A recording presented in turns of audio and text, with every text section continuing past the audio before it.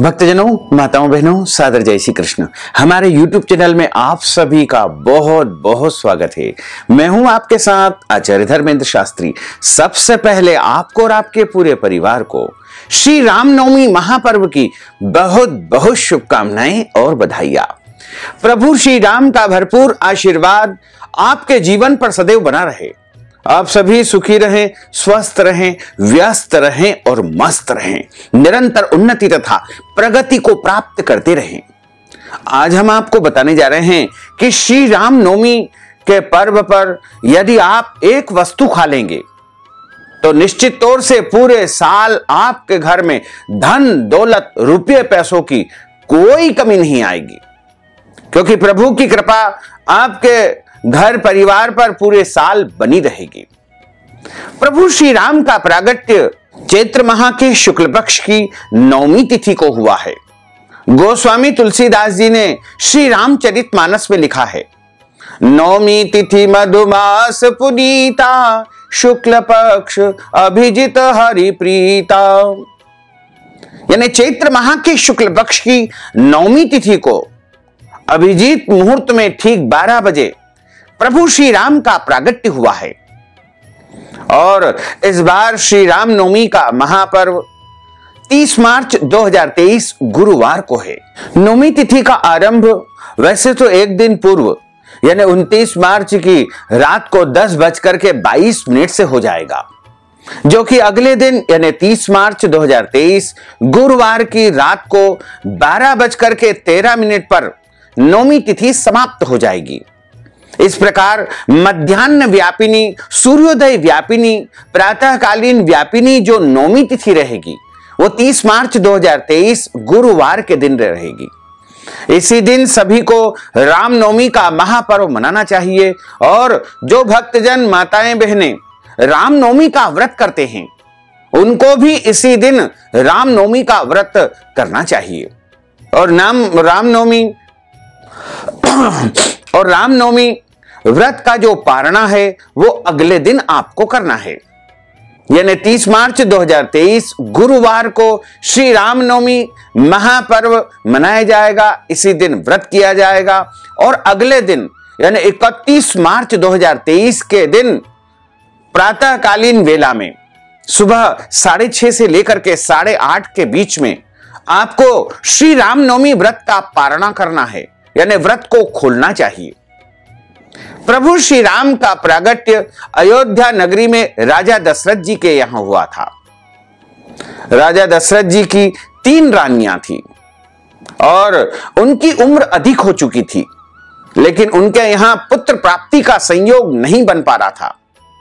उन्होंने अपने कुलगुरु आचार्य को बुला करके पूछा और उनसे सलाह ली तथा उनके आदेशानुसार राजा दशरथ ने पुत्र कामेष्टि यज्ञ का आयोजन करवाया और उस यज्ञ के माध्यम से अग्निदेव यज्ञ नारायण भगवान चरु यानी खीर लेकर के प्रकट हुए थे और वही खीर राजा दशरथ की रानियों ने ग्रहण की थी।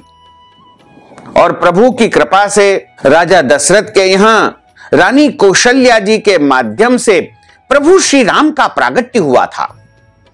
प्रभु श्री राम भगवान श्री विष्णु के ही अवतार थे और श्री रामनवमी का पर्व सभी को मनाना चाहिए। यदि आप गृहस्थ है, वैष्णव है, सन्यासी है या कोई भी संप्रदाय को मानते हैं, लेकिन आपको श्री रामनवमी का महापर्व बड़े ही धूमधाम से मनाना चाहिए। जिस प्रकार हम श्री कृष्ण जन्माष्टमी मनाते हैं या अन्य प्रभु के जो अवतरण दिवस मनाते हैं, उसी प्रकार हमको श्री रामनवमी का पर्व भी बड़े धूमधाम के साथ मनाना चाहिए। अपने घरों को सुसज्जित करना चाहिए, अपने घर के मुख्य द्वार पर बंदरवाद बांधना चाहिए, मुख्य द्वार पर दीपक प्रज्वलित करना चाहिए, कैसरिया ध्वज हमारे घर पर लगाना चाहिए। इसी के साथ हमको यदि संभव हो तो घर में पूजा का विशेष आयोजन भी करना चाहिए। यदि आप किसी विद्वान ब्राह्मण को बुला करके अपने घर में श्री रामनवमी की पूजा करवाते हैं या नहीं भी बुलाते हैं तो आप स्वयं भी अपने घर में श्री रामनवमी की पूजा कर सकते हैं। जिस प्रकार हम श्री कृष्ण जन्माष्टमी की पूजा पाठ करते हैं, कृष्ण जन्माष्टमी हम रात में मनाते हैं, लेकिन श्री रामनवमी का पर्व दिन में मनाया जाता है, क्योंकि मध्याह्न काल में ठीक दोपहर 12 बजे प्रभु श्री राम का प्रागट्य हुआ है। इसलिए रामनवमी का पर्व दिन में मनाया जाता है और इस समय प्रभु श्री राम की मूर्ति या चित्र रख करके उनका पूजन अर्चन करना चाहिए। एक कलश की भी स्थापना आप चाहें तो कर सकते हैं, लेकिन अनिवार्य नहीं है। प्रभु श्री राम का पूजन अर्चन करने के लिए पहले उनको जल से स्नान कराएं और उसके बाद पंचामृत यानी दूध, दही, शहद, शक्कर और घी के द्वारा जो बनता है उस पंचामृत से स्नान करवाना चाहिए। उसके बाद उनको सुंदर वस्त्र आभूषण पहनाएं, पांव में पैंजनियां पहनाएं और तिलक धारण करवाएं, उनको पुष्प चढ़ाएं, तुलसी जी के पत्ते उनको चढ़ाएं और उनको धूप दीप दिखा करके नैवेद्य उनके सामने समर्पित करें। प्रभु श्री राम को वैसे तो कई वस्तुएं प्रिय बताई गई है, लेकिन सबसे अधिक प्रिय रामनवमी के दिन यदि कोई वस्तु होती है तो वो होती है धनिया पंजीरी। धनिया पंजीरी धनिया को पीस करके उसके माध्यम से बनाई जाती है। माता कौशल्या को भी धनिया पंजीरी बहुत अधिक प्रिय थी और प्रभु श्री राम का प्रागट्य दिवस रामनवमी के दिन यदि हम धनिया पंजीरी प्रभु को समर्पित करके पूरे परिवार में प्रसाद का वितरण करेंगे तो निश्चित मानिएगा कि हमारे घर में अष्ट सिद्धि नव निधि का वास होगा, अखंड लक्ष्मी का वास होगा, स्थायी संपत्ति हमारे घर में आने लगेगी। तो आप धनिया पंजीरी प्रभु को भोग लगा करके पूरे परिवार में प्रसाद बांटे और उसका सेवन रामनवमी के दिन अनिवार्य रूप से आपको करना चाहिए। अब धनिया पंजीरी आप सोच रहे होंगे कि कैसे बनाई जाए, उसकी विधि क्या है। वैसे इसे सोंठ पंजीरी भी कहा जाता है और धनिया पंजीरी बनाने के लिए सबसे पहले आपको खड़ा धनिया लेना है। एक कटोरी खड़ा धनिया आप लेकर के उसको मिक्सर या मिक्सी में अच्छी प्रकार से पीस लीजिएगा। धनिया बारीक पीसा हुआ होना चाहिए। यदि आप चाहें तो शुद्ध पीसा हुआ धनिया भी इसके लिए उपयोग कर सकते हैं और धनिया को अच्छी प्रकार से घी में सेकना है। जिस प्रकार हम आटे को हलवा बनाने के लिए सेकते हैं उसी प्रकार घी में धनिया अच्छी प्रकार से सेकना है और सेक करके जब धनिया अच्छी प्रकार से सिक जाए, ध्यान रखें तेज अग्नि के ऊपर धनिया नहीं सेके वरना धनिया जल जाएगा। मध्यम अग्नि के ऊपर या बहुत ही लो अग्नि के ऊपर घी में आपको धनिया सेकना है और धनिया सेकने के बाद उसको एक थाली में, प्लेट में आप फैला दीजिएगा और ठंडा जब हो जाए तो उसमें शक्कर का बूरा यानी शक्कर का जो पीसा हुआ चूर्ण होता है या बारीक वाली शक्कर होती है वह उसमें मिलाई जाती है। ठंडा होने पर ही आपको मिलाना चाहिए, अन्यथा शक्कर वहां पर पानी छोड़ देगी और आपका धनिया पंजीरी गीला हो जाएगा, बिगड़ जाएगा। तो धनिया पंजीरी आप बना करके तैयार कर लेवे और ठंडा होने के बाद ही भगवान के सामने भोग लगाएं, प्रभु को नैवेद्यम समर्पित करें। ध्यान रखें इसमें तुलसी जी का पत्ता जरूर रखें। पंचामृत का भोग भी लगाना चाहिए। अन्य वस्तुएं जैसे फल, मिठाई, केसरिया भात, पूरन पोली और भोजन पदार्थ, सब्जी, पूड़ी, खीर इत्यादि भी आप प्रभु श्री राम को भोग लगा सकते हैं।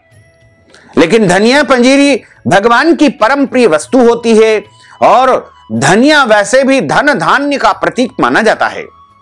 जिस प्रकार हम दीपावली की पूजा में या धनतेरस की पूजा में धनिये का उपयोग करते हैं, उसी प्रकार हमको श्री रामनवमी के दिन धनिया पंजीरी का प्रभु को भोग लगा करके परिवार में प्रसाद अवश्य वितरण करना चाहिए।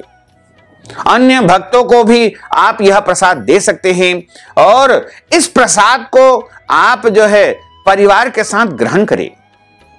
यदि रामनवमी के दिन यदि आपने धनिया पंजीरी का प्रसाद ग्रहण कर लिया तो आप विश्वास करिएगा कि पूरे साल आपके घर में धन दौलत रुपये पैसों की कोई कमी नहीं आएगी और प्रभु श्री राम की कृपा से आप जीवन के प्रत्येक क्षेत्रों में उन्नति करेंगे, प्रगति करेंगे, आगे बढ़ेंगे। तो भक्तजनों, माताओं, बहनों, यदि आप श्री रामनवमी के निमित्त कोई भी दान पुण्य करना चाहते हैं, अपनी ओर से रामनवमी का हमारे माध्यम से पूजन अर्चन करवाना चाहते हैं, तो आप व्हाट्सएप के माध्यम से अपना नाम और गोत्र हमें भेज दीजिएगा तथा इस हेतु नगद राशि फोन पे, गूगल पे, पेटीएम या अकाउंट नंबर से भेज करके श्री रामनवमी का महापुण्य आप प्राप्त कर सकते हैं। साथ ही आपसे अनुरोध है कि हमारे इस ज्ञानवर्धक वीडियो को अधिक से अधिक लोगों को शेयर करिएगा, लाइक करिएगा, कमेंट करिएगा, और यदि अभी तक आपने सब्सक्राइब नहीं किया है तो अभी और इसी समय सब्सक्राइब अवश्य कर लीजिए। आपको और आपके पूरे परिवार को सादर जय श्री कृष्ण, सादर धन्यवाद।